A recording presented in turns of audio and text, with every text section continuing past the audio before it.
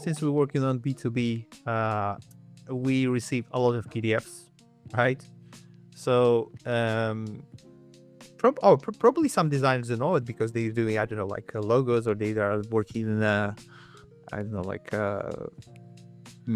doing some graphics, but they're not doing some, I would say, more generic corporate stuff. So imagine that you're trying to edit it, right? So you open it in editor, and for example, one line is like a normal line, so you can select it and copy, or the second line is just a couple of words are selectable, and the rest might be some gibberish, or basically to use a PDF with their fantastic Acrobat reader. Acrobat DC is absolutely pain in the ass.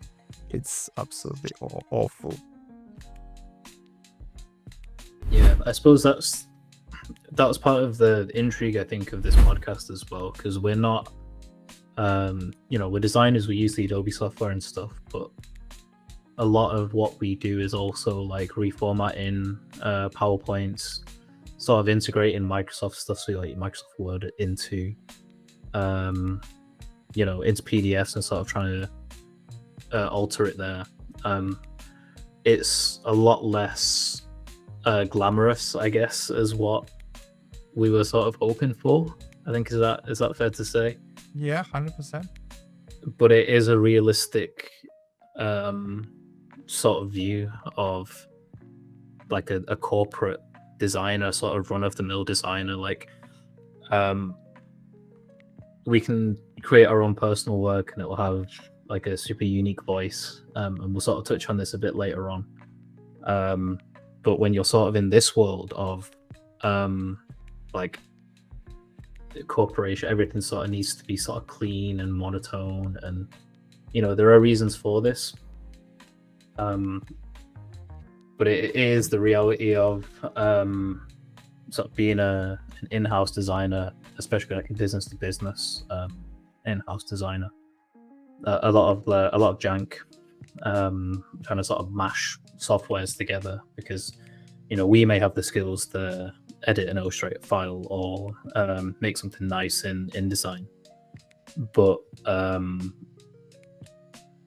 the people in the office can just about use PowerPoint. Some people are good at PowerPoint, some people are quite hopeless, and then we're sort of more moved in here to like clean it, to make sure it's good to go.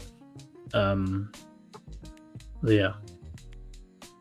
First of all, let me tell you about the PowerPoint. PowerPoint, if we look in the structure, it's basically made of, here's one Russian euphemism, from shit and sticks. So basically, this software was built somewhere in 90s, and since then, they basically try to show it more and more and more and more. Different plugins, things which are not really working fine. And it's for the designers, if you never work with a PowerPoint, man, you're very lucky, because trust me, if you want to make something, it's difficult. Yes, 4 or 5 years ago, the selection pane was added, and I think it's very good. So basically, selection pane is just a layer system. So now in PowerPoint, there's a layer system like in any other graphic software. But in general, it's you need to understand that you have a lot of limitations when you work with the PowerPoint.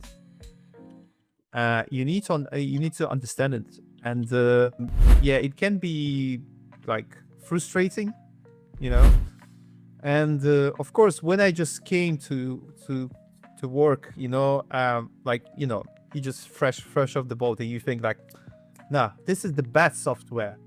This is what I was thinking, like, we need to change it. And I was like, the whole office needs to be changed to InDesign. And I remember I spoke with our manager, and she was like, yeah, maybe, why not? But then we realized that we receiving the slide decks from other clients with the PowerPoints. So what are you gonna do? To say to them like, oh, can we have a PDFs or can you use InDesign? No.